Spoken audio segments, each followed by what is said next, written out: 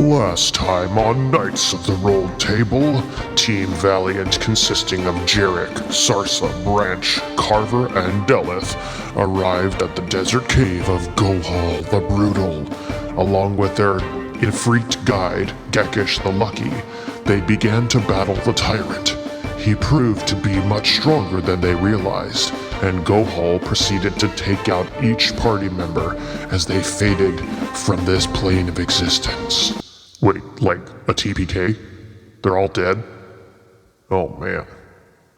Meanwhile, Team Slate defeated their third target, an evil wizard, and find some interesting magical items, including some hoops and a black cloak. They meet up with the Siloside people and go on a mental relaxing journey. Yeah, we'll go with that, allowing them to see some visions that may portend to the future.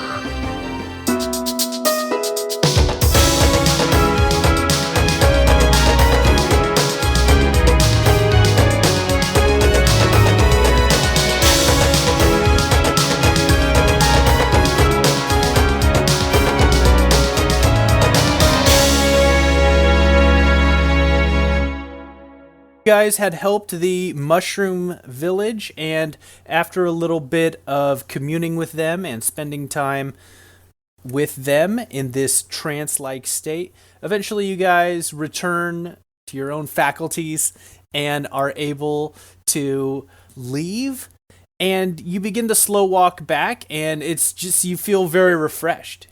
It feels like you've kind of been through a spa treatment or something that just has refreshed each and every one of you. We get a full rest? Sure. I feel nice. I think that's done something for my pores. I'm not exactly sure what, but I like it. Spores for pores. What do you think all this stuff is? This cloak's got some kind of it's got like a weird-shaped horse or something on it. Perhaps it's a unicorn. I'm pretty sure unicorns have horns, right? I don't see any horns. Maybe someone got rid of the horn. Everybody roll a perception check. 18. 23. Approximately 20. 9. All right, so Yenni and Biscuit, you guys are kind of chatting it up as you guys are going and having a great time kind of to yourself. Everybody else, as you're kind of getting closer into town, for whatever reason, it just seems like there's a little bit of commotion, or there's a little more energy. You're a little more unnerved as you start to kind of head towards back into town. As you get a little closer, eventually you kind of come over this hill where you are able to see through the trees and see through the dense forest and see into Castor City. And what you see is that there's a ton of commotion going on, and you see that there's a large pillar of black smoke that is coming up through the center of town. And everybody go ahead and roll a survival check really quick. 6. 9. 9. 17. 5. Now, what I'm saying is, if you combine the salt on top of the caramel, it actually works. It actually works. Yenni and Biscuit are out of it. You guys are in your own little world walking back. It's like a blend of perfect unions, is what I'm saying. But doesn't that just makes it salty, right? Because salt is salty.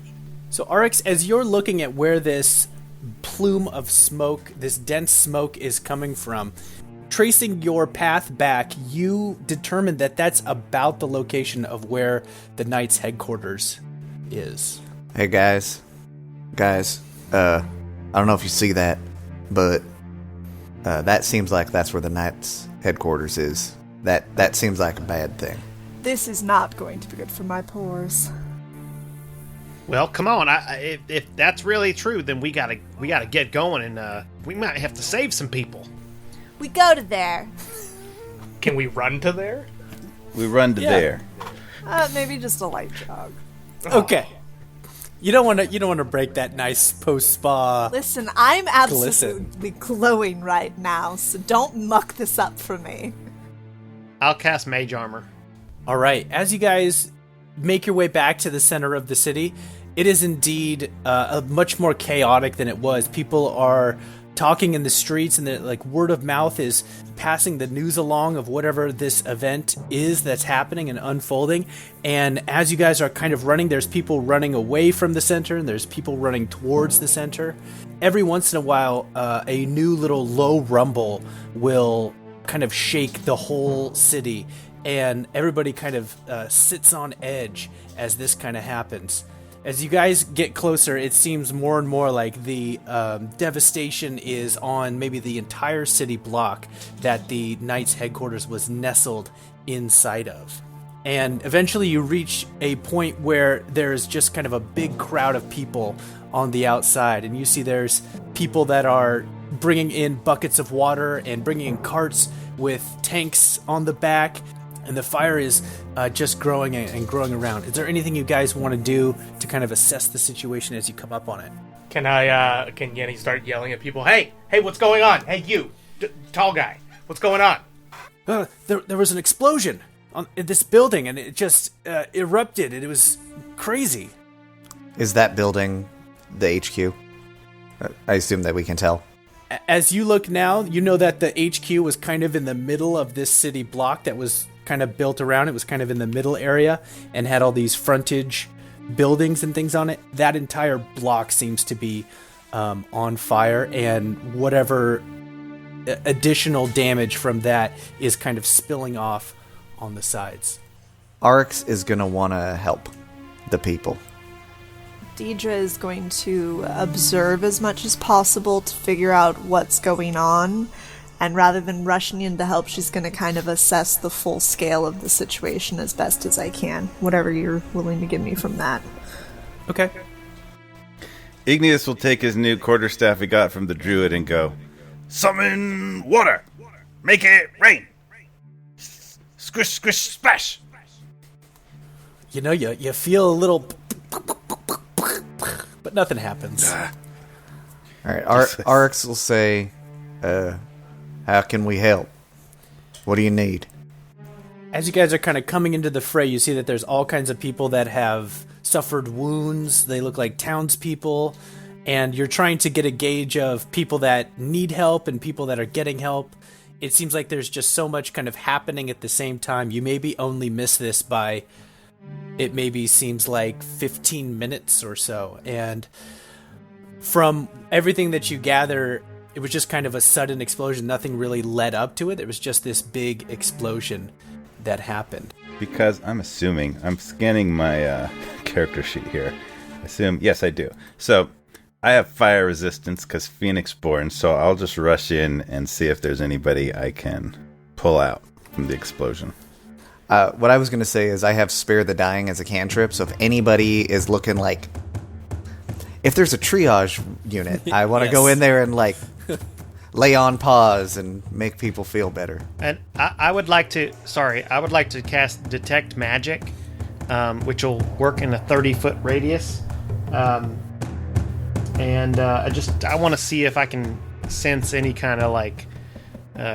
residual effect of maybe like magical, the magical explosion that might have gone off, or I want to magic CSI this scene here, just around the perimeter, going to little safe distances where I can. Aryx and Biscuit, as you guys kind of get to work into looking into this, what you first kind of see that happens is that a lot of people are coming out of through the crowds, and they look like they're clerics and paladins and different healers that are using all of this healing energy, this healing magic to help people. And Aryx, you're able to, help people as well. And there are certainly there's a lot of minor injuries. It doesn't seem like maybe the worst injured people are either still within the building or have already been taken somewhere. Biscuit, as you're looking at all this magic, you're seeing all of that happen, and you kind of get the sense of a big reverberation of whatever this magical element was, that maybe it was magically sparked or started. It also seems like there's just so much energy of fire and destruction here, it's even hard to tell with magic eyes.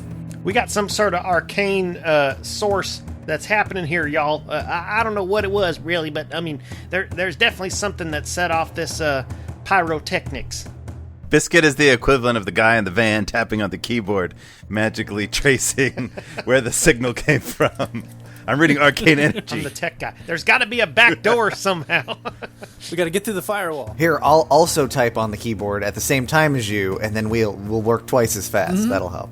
Biscuit, as you're taking in the scene and trying to see all of what's happening, you see that two heroes, two people who have gone in to help other people on a stretcher have a woman's body on there, and you recognize that as Dagani, the chef who was in the HQ, and she, you kind of go over, and it seems like they just have the sheet, they pull up the sheet as they're kind of going along. It doesn't seem like she is alive anymore.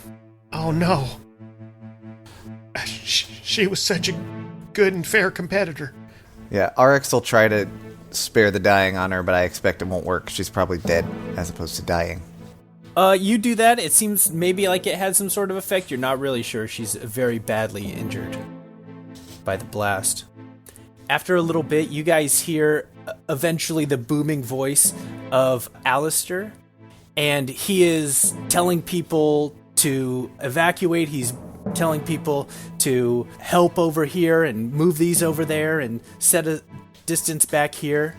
And eventually he kind of finds his way back over and he sees that you're all there. And he says, "Is he dead? Did you kill Drodos?" Well, yeah, I mean, we killed him, but did he have something to do with this? Oh, did you get your award thing? It doesn't matter about that now, Biscuit. There was an explosion here at the headquarters. It just suddenly randomly happened. We didn't have any idea of what could have caused it. Nobody had entered the compound. Everything was just as normal as it has ever been. I'm still in there searching the flames for people. Igneous, you're able to pull somebody out.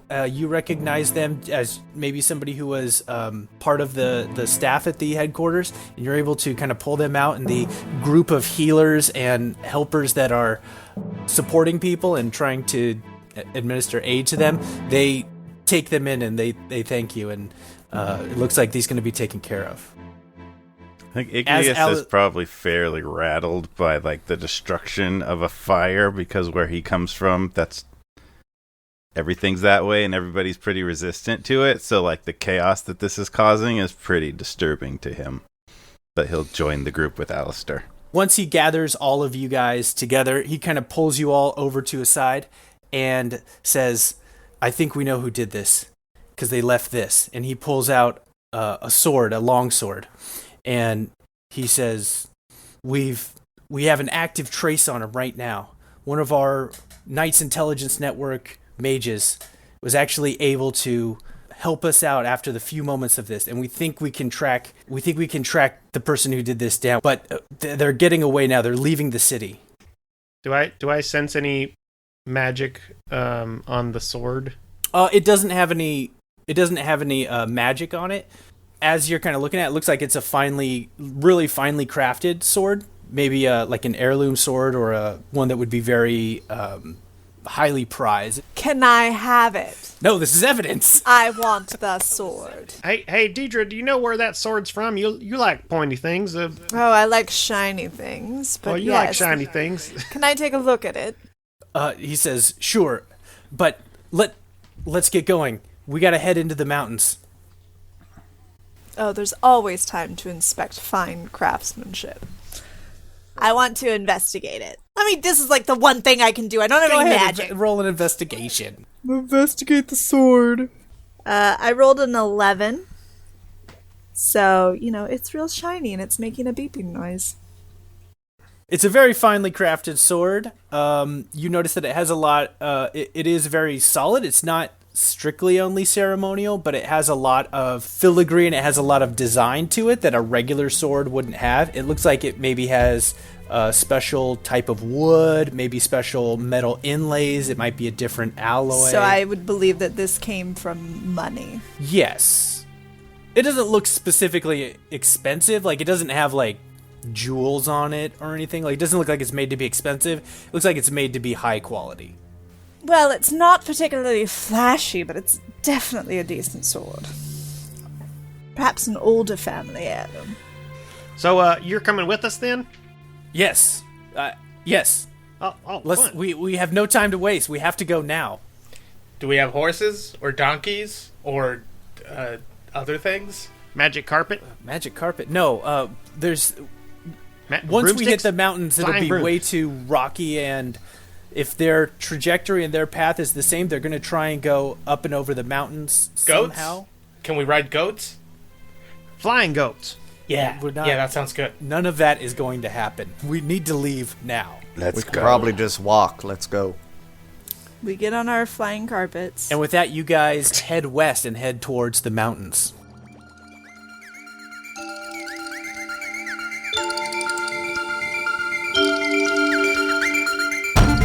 Hello, listeners of the Roll Table. This is Jeff, your DM for Season 4. I hope you're having a great time listening. I know that things are getting real now, and that's just the way a D&D campaign works. You get close to people, and sometimes you lose them. But that's okay. We're having a great time in this season. We're continuing to follow heroes as they move throughout the realms. I wanted to shout out another local comic book store. This week it's SoCal Comics here in San Diego. They're in Kearny Mesa near the 52 and the 163, right in that little area there off of Claremont Mesa Boulevard. They're kind of a classic comic shop. If you want to buy, sell, trade comics, it's your place to go. SoCalComics.com is the website for them. Go and check them out.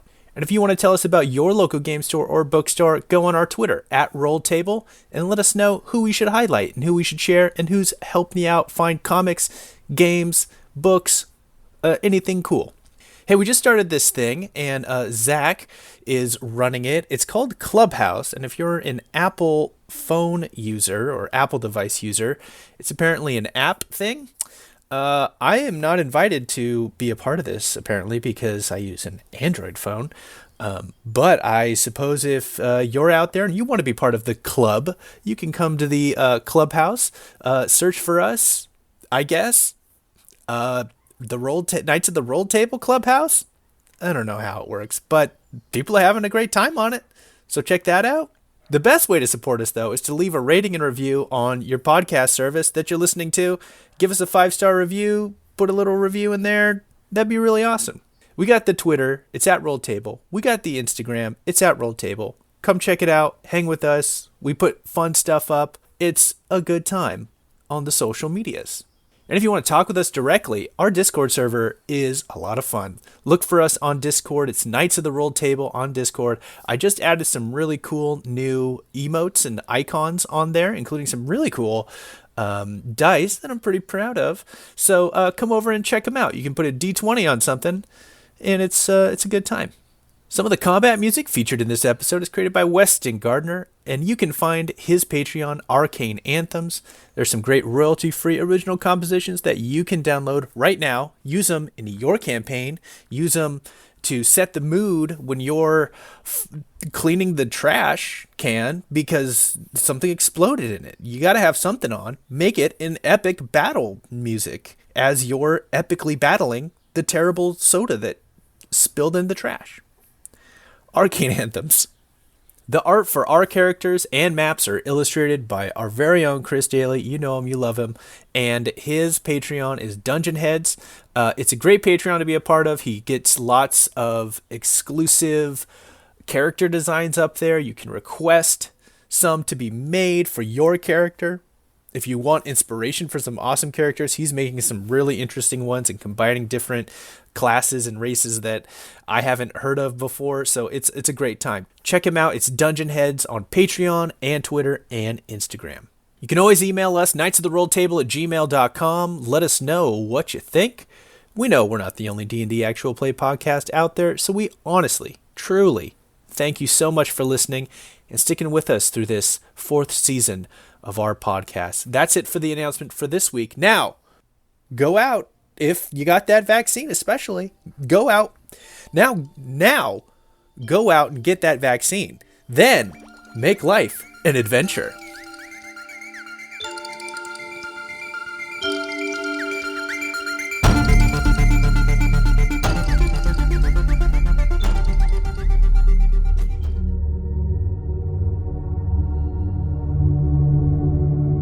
Jerik, Mm-hmm. everything goes dark, and the immense pain that you feel becomes all-consuming, and you feel that pain slowly lessen. And eventually, you're able to open your eyes. And when you open your eyes, you're in this giant marble room. And there are marble pillars, and it is adorned with golden statues and filigree. And you hear the sound of a fountain. And just as you're gaining your other senses, you begin to hear a voice. It says, Jerik Dark Harbor. Jerik Dark Harbor. Oh, Jerik Dark Harbor. And as you look, you see the form of a person. And they're very tall and muscular, and they have flowing hair of gold. And they are wearing robes of white. They have wings of white feathers behind them.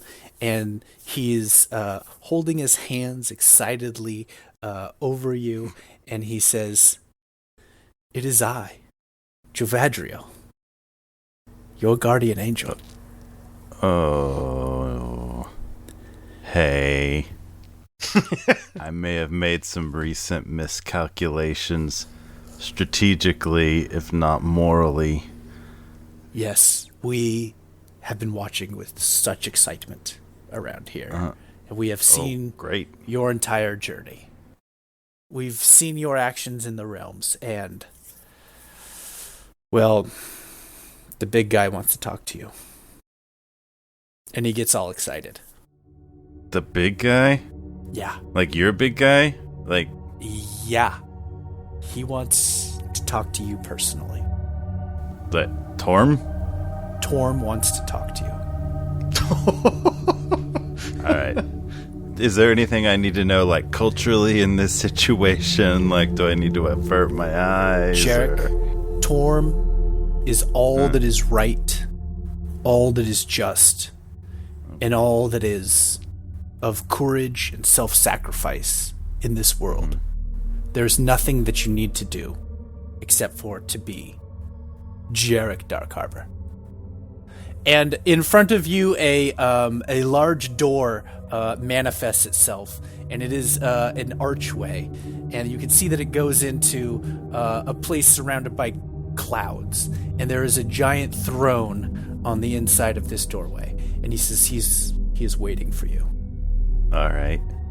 I stand up and see if I'm, like, dressed and stuff. All of your earthly belongings are gone, and you only are in a white robe. Oh, that's to make sure not to spill on this. All right. I go in there. You step through the passageway, and your body becomes almost weightless. And as you are walking on the clouds, you get the full sensation that you are in a plane solely existing of air and lightness.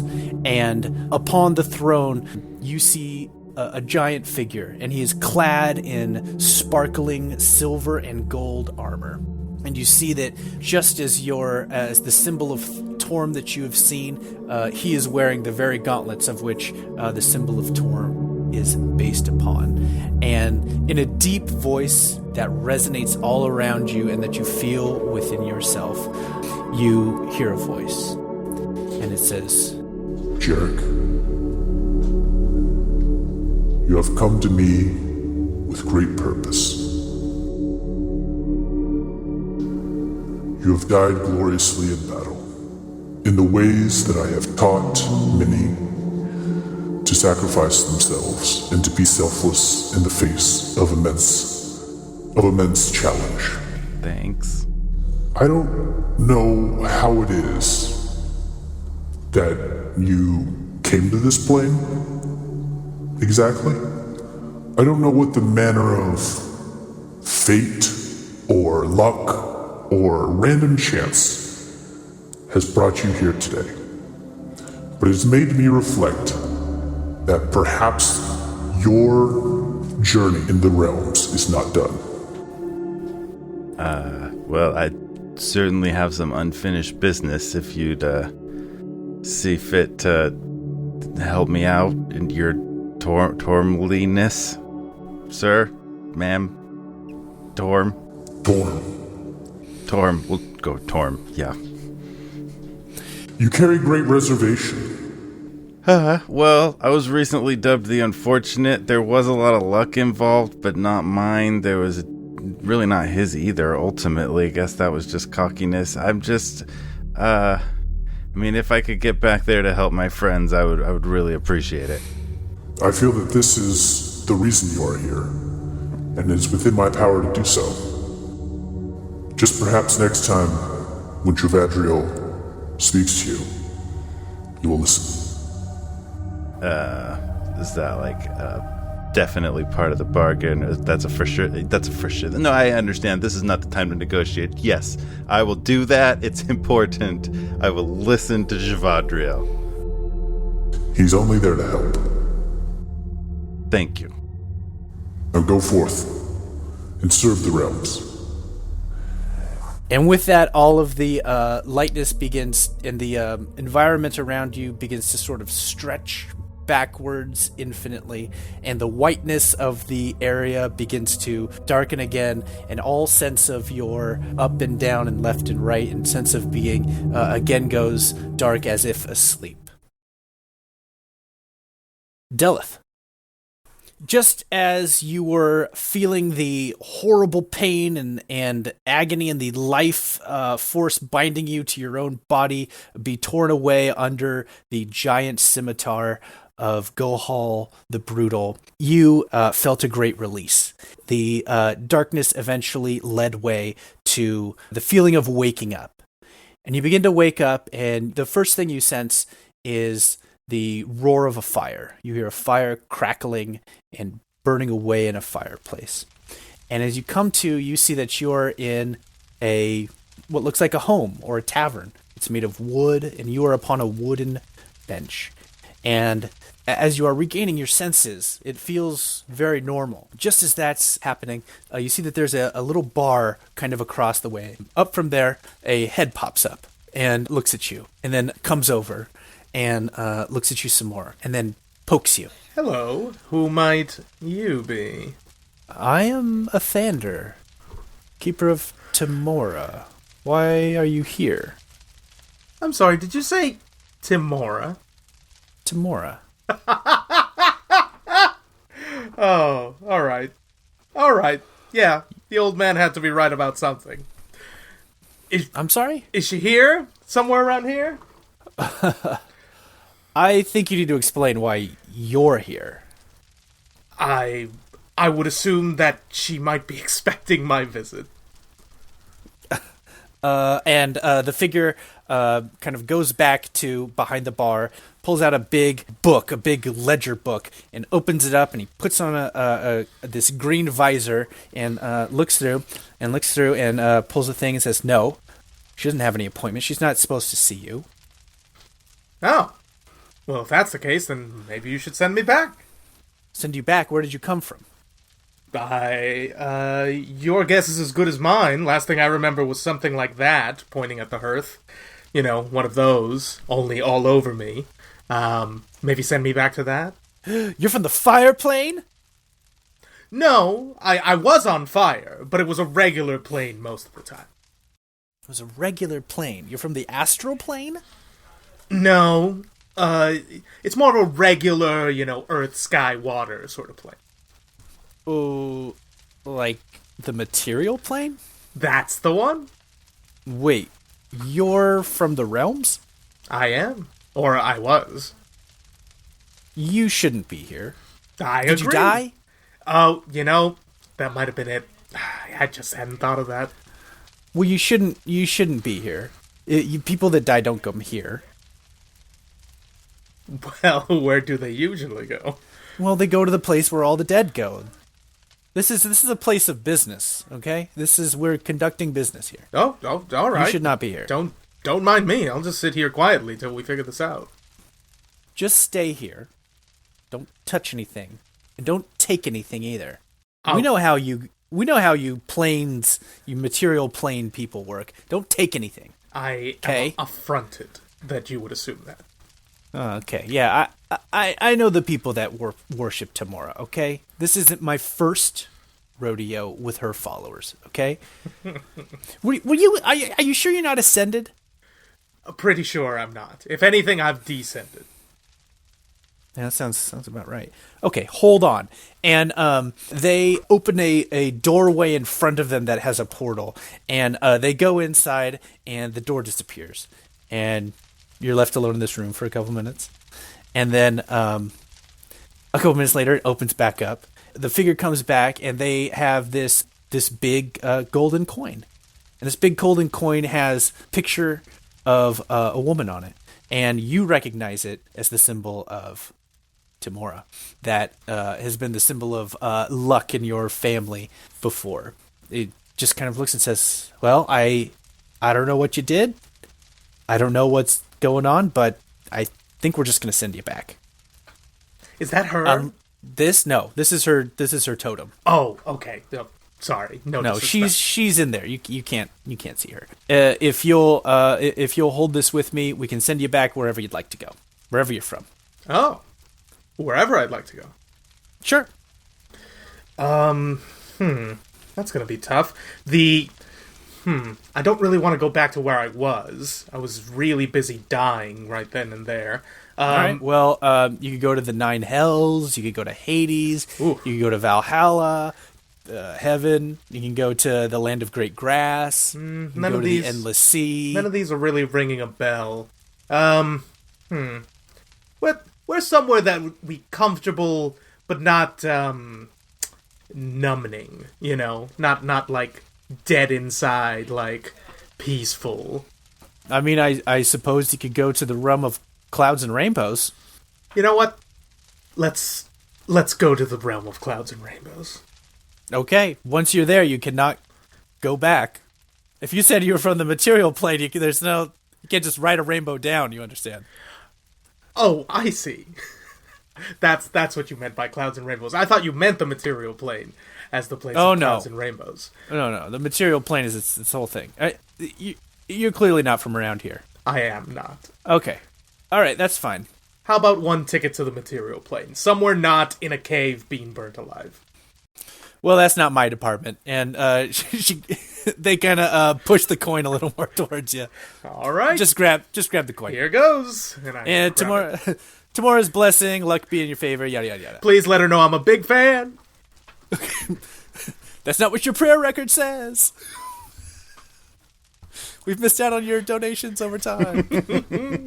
And again, the world around you shrinks away, and blackness again subsumes you.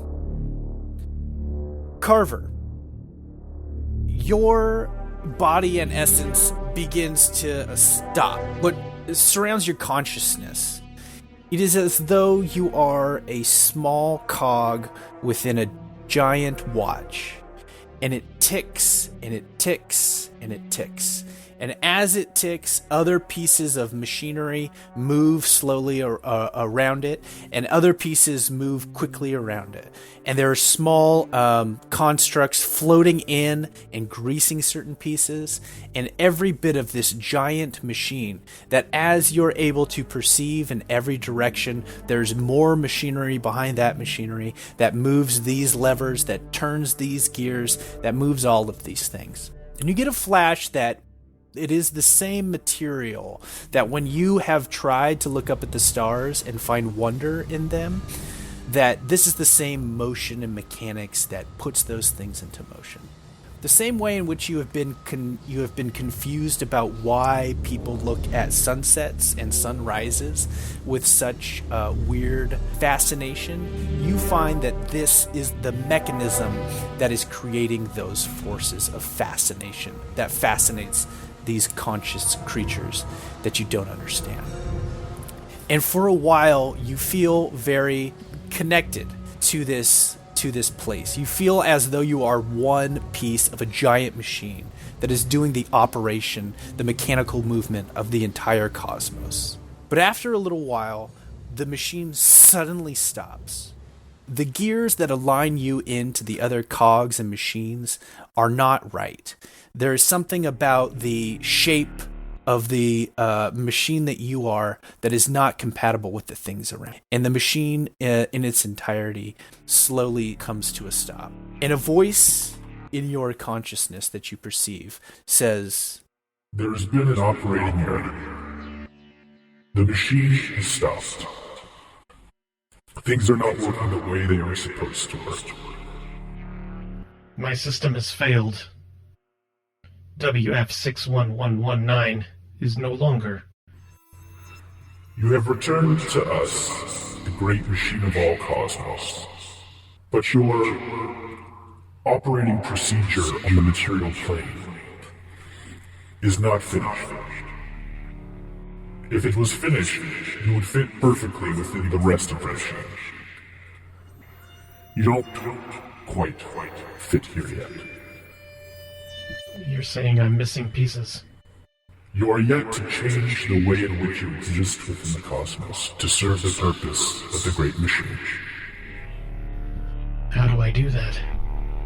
You must return to the material plane and become more advanced.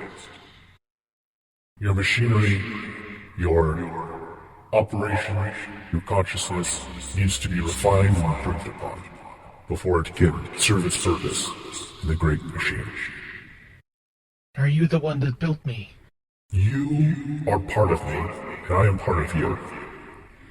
We have built ourselves. We have always existed, and we will always exist. We are the thing which turns the entirety of the universe. I have a greater purpose. You do. Execution accepted. Very well. and you can feel that the place in which you were fitting into this cosmic machine begins to reabsorb into another machine that takes your place, and you begin to separate from this great cosmic machine, and your consciousness begins to fall back towards the material plane. Branch, you open your eyes and you see the blue sky with clouds above you, and you are lying in a field of grass, and the grass is cool to the touch. And around you, you hear birds chirping, and you hear animals scurrying about. And as you sit up, you see that the entirety of all nature is all around you and extends outward. Where the horizon line would normally be, the entirety of this plane wraps in and of itself as if you're looking at a 3D picture in 2D, or like one of those globe pictures of a 360-degree camera. That is what you are perceiving. All the parts of all of the natural world, all of the plants and all of the animals are harmoniously intertwined with you.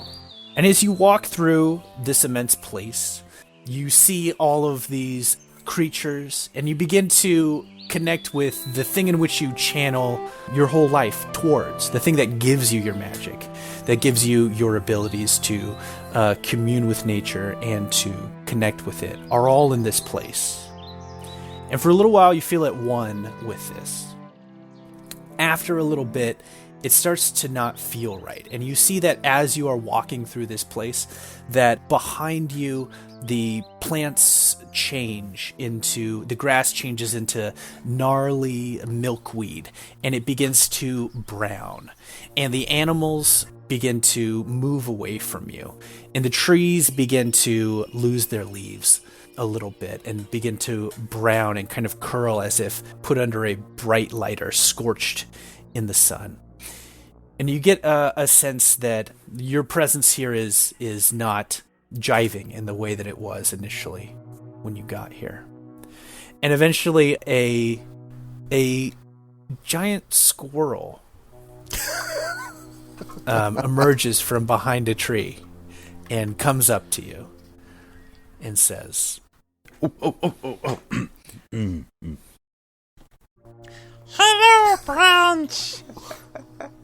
My friend, how are you doing? Hello. I think I am dead. Is Branch dead?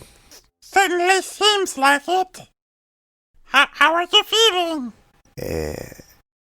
confused, disconcerted. It was nice here, but now it is not nice. How are you? Did you recently encounter something in your life that might cause deadness?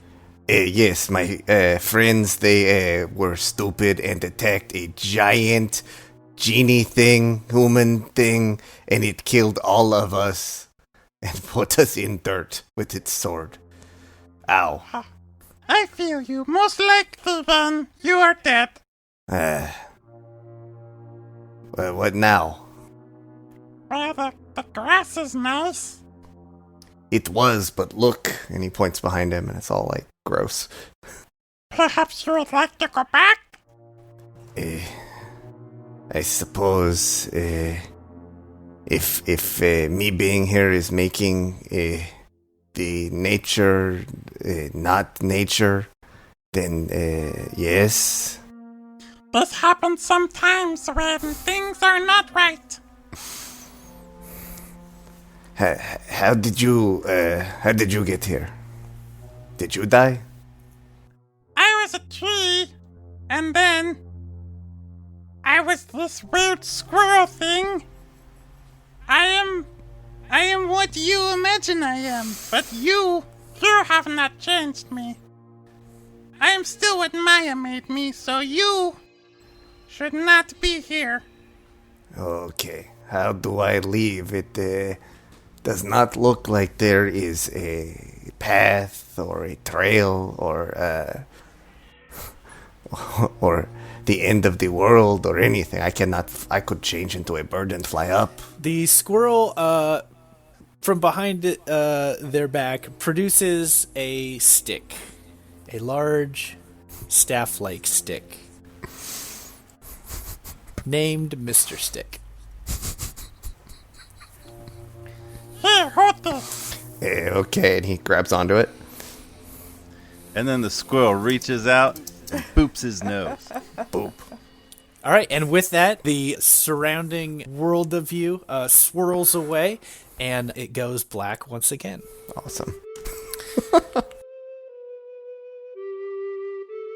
Sarsa, as the terror and fear of watching all of your friends fall in battle subsumed you, and the crushing pain of the sword separated you from your physical being, you awaken on the ground, and what you feel is this sort of strange, sandy, rocky ground that you're on.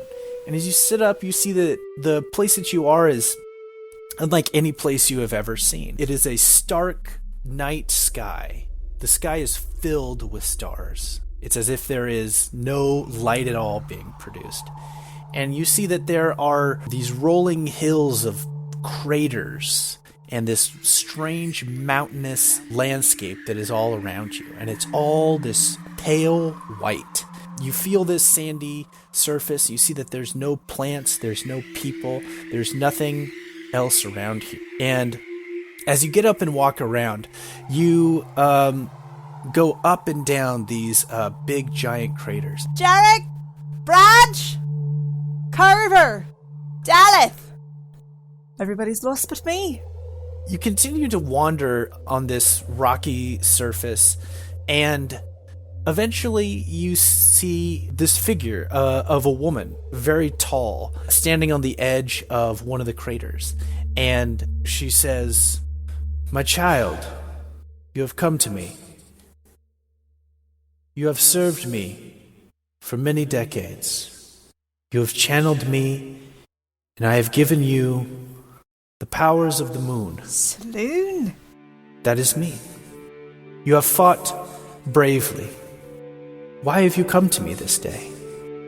Well, it wasn't exactly my fault. We were up against a big bad nasty that I'm afraid was just a little too big and bad and nasty, and I watched the people I care about go down one by one, and then I was here.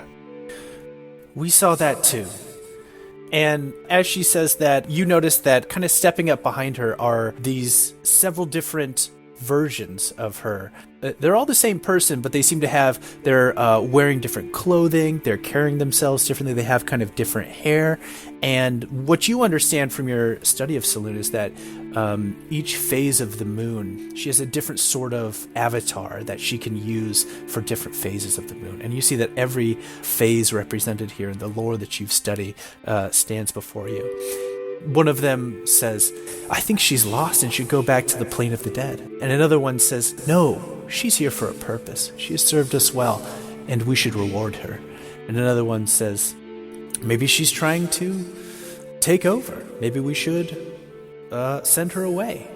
And they kind of talk to each other, and they look down at you curiously. Well, you're giving me far too much credit if you think this is some sort of mutiny attempt, alright? I'm hardly that ambitious. I just want to get back to my friends and my ship and just trying to do good things down there. You don't understand what it's like. It's right mad. All of them kind of in unison. When you say it's mad down there, they all kind of go, yeah, we know. Well, we can give you strength. We can give you guidance. We can continue to help you. And we can return you, but it may be a painful return. Well, my life has always been a little bit painful, so that ain't new for me, but truthfully, there's lots of people I'd like to see that I could protect, and we're up against this, like I said, big bad nasty, and if I go back, I got to know that there's some way to set things right there. Well, we can't tell you what's going to happen, but we can guide and inspire you. The more that you put your faith in me and in us, we will do our best to guide you. That's all I'd asked for. Are you ready to go back? I think so. I don't suppose I can have a pint here, though, for a moment. I mean, the temperature here is really mild. It's very comfortable. And, I mean, let's be honest, I've waited quite a long time to actually meet all of you. And I got a lot of thoughts. I'd love if we could just take a moment. Unless there's a rush. I know you're a busy woman. They kind of all look at each other. They kind of nod in unison. And out of the moon, this beautiful pearl structure elaborates itself around you. And it creates this tiny, like almost kind of building that's around you. And you see that what pops up in front is like a round table.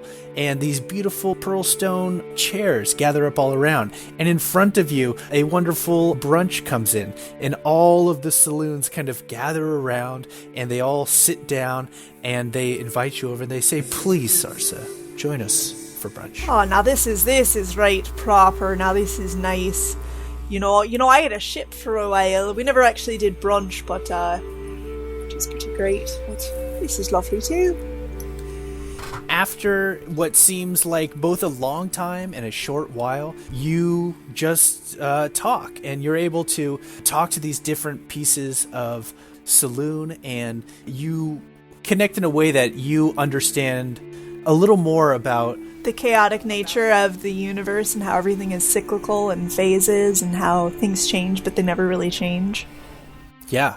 Yeah. And that the one thing that you can really rely on is the strength of your girlfriends. Saloon's there for you, girl. Word. After some time that passes, they say, it is time.